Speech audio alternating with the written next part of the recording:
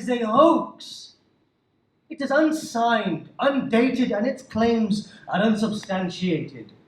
At Parkview, we are appalled, quite frankly, at the allegations levelled against us and the way that we have been misrepresented. Hi, this is Silas from AsianCultureVoucher.com. I'm here at the Edinburgh Fringe Festival and I'm with Matt Woodhead, who is the director and co-writer of Trojan Horse. This is a play all about the alleged plot of extremist radicals to take over schools in Birmingham. Matt, welcome. Hi, thank you so much for having me. That's all right. Matt, can you tell us a little bit about the play itself and what it's about? Yeah, so I'm the director of Trojan Horse and I co-wrote it with Helen Monks, who is from Birmingham. She grew up there, lived there all her life, and we kind of first came across the Trojan Horse story because I think it was unavoidable. It was a kind of thing that was absolutely flooding the press at the time.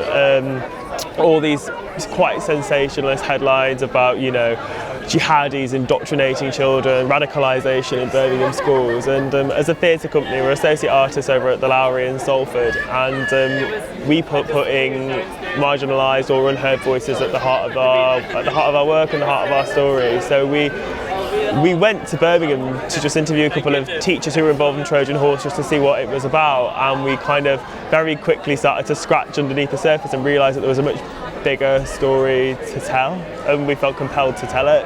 How difficult was it to get access to the people who are right at the centre of Trojan Horse? Can you talk about that process? Yeah, absolutely. I think it's taken us over 2 years to write this piece, and that comes down to many factors, but one of them is that it's still an incredibly raw thing. Like the trauma is a word that is used in the play, and I think it is fitting because I think what those teachers went through was incredibly traumatic. Like we were speaking to teachers who were on the front of Britain First hit list, teachers who had to get CCTV installed in their house because they felt so under threat by, you know, far-right groups believing that they were radicalising children, and it's taken 2 years for some people to trust us with their story, to open up their doors, but Was it difficult engendering their trust? Absolutely. I think like, particularly because it's a piece of theatre as well, I think originally people didn't quite know what to expect or didn't quite know what to think, but something that we found that was really powerful was that when people realised that theatre was something that could amplify their voice, but also we could give them anonymity, we found out that it was something that was quite empowering for these people to be able to speak for the first time about something that's, you know, quite frankly ruined their lives. What do you think Trojan Horse tells us about modern Britain today?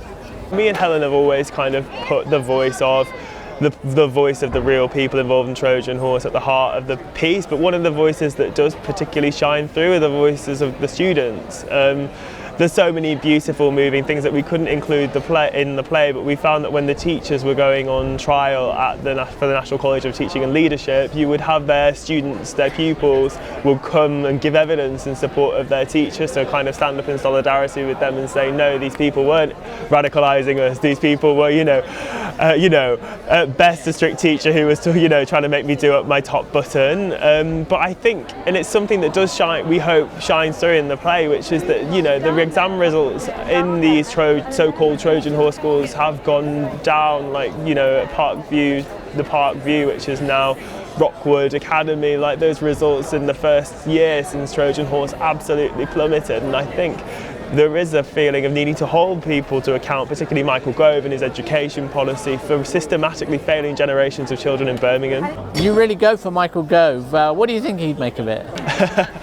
Well, we invited Michael Gove to speak to us, and unsurprisingly he didn't acquiesce. I can't think why. I think it's really important that we're using theatre though as a tool to actually be holding our politicians to account in a world of like fake news, in a world where we can't really trust our media always. We feel like there needs to be a form that actually holds Michael Gove to account for the damage that he's done in Birmingham. Did you meet the pupils from Parkview School? Absolutely, yeah, and they formed the stories and the characters that are seen in the play. Like, we met a spread of students who were at Parkview at the time, but something that was incredibly striking is that they were just like every single school kid that you would meet unsurprisingly, every school child that you would meet in Birmingham. Like, you know, they're thinking about their exams, they're thinking about their futures, but you know, they have all of the same kind of worries that you will find like up and down in schools across the country. So the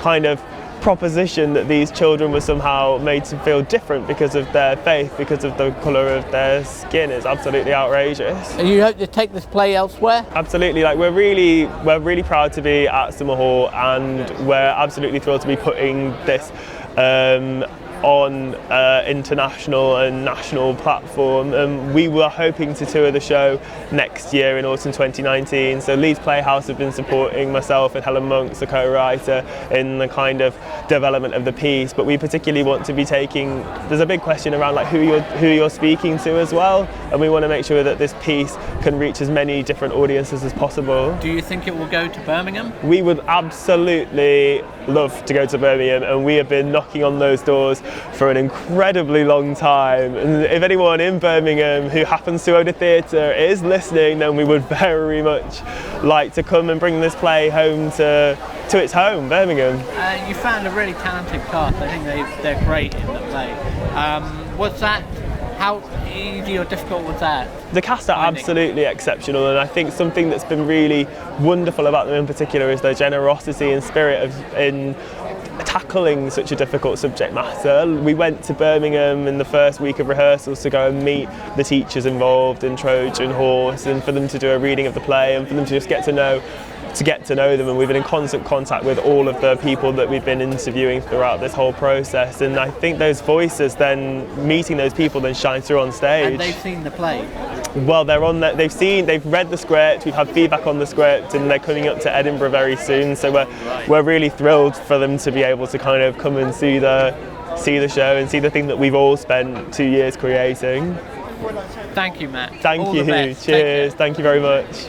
So they don't care if you're teaching the students about jihad and how to make IEDs and loads of Kalashnikov, as long as they're getting good English and maths results. So I play a character called Elaine Buckley, and she's essentially the person who believes that students in Birmingham are being radicalised by Islam, and she's the whistleblower. So she sets it all off, and then from that we see how everything unravels. And how difficult was it to play a character who's not very sympathetically portrayed? So Elaine's quite far from me, but I was fortunate enough that the theatre company had done hours of interviews with people, so I was able to listen to those and just really get into that headspace. And it's a real verbatim piece, isn't it? Yeah, so everything in the play is factually correct and nothing's fictionalised, which is actually quite scary when you hear some of what's said. He put the Parkview Trust into special measures. We went from a grade 1 to a grade 4, and he still wouldn't answer my question. What exactly had changed since his last inspection? No new evidence, but a totally different conclusion. Allegations made in what has become known as the Trojan Horse letter suggested that children were not being kept safe in Birmingham schools. There are questions for Birmingham Council.